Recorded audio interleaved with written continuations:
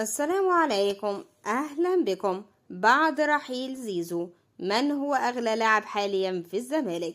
في البداية ما تنسوش تعملوا لايك للفيديو واشتراك في القناة ليصلكم كل جديد.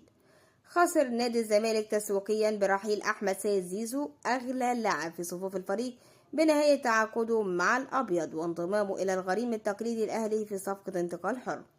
وجاءت خسارة الزمالك بتراجع قيمته التسويقية إلى 11.65 مليون يورو، بعدما كانت قيمته التسويقية 15.65 مليون يورو في وجود زيزو.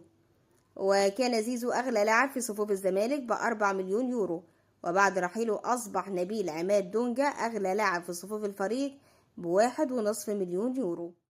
وأعلن النادي الأهلي ضم اللاعب أحمد مصطفى زيزو للفريق استعدادا لخوض بطولة كأس العالم للأندية 2025. وجاء التعاقد مع زيزو مثير الجدل، حيث انتقل من النادي الزمالك مباشرة بعدما رفض تجديد عقده مع الزمالك.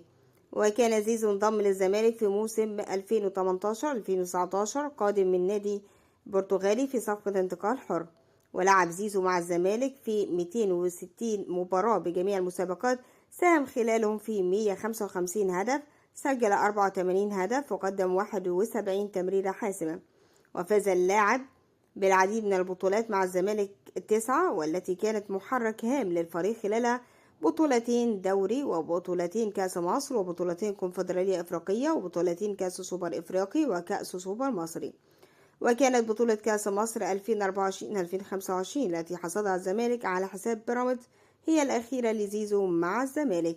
في النهاية ما تنسوش تعملوا لايك للفيديو واشتراك في القناة، والسلام عليكم.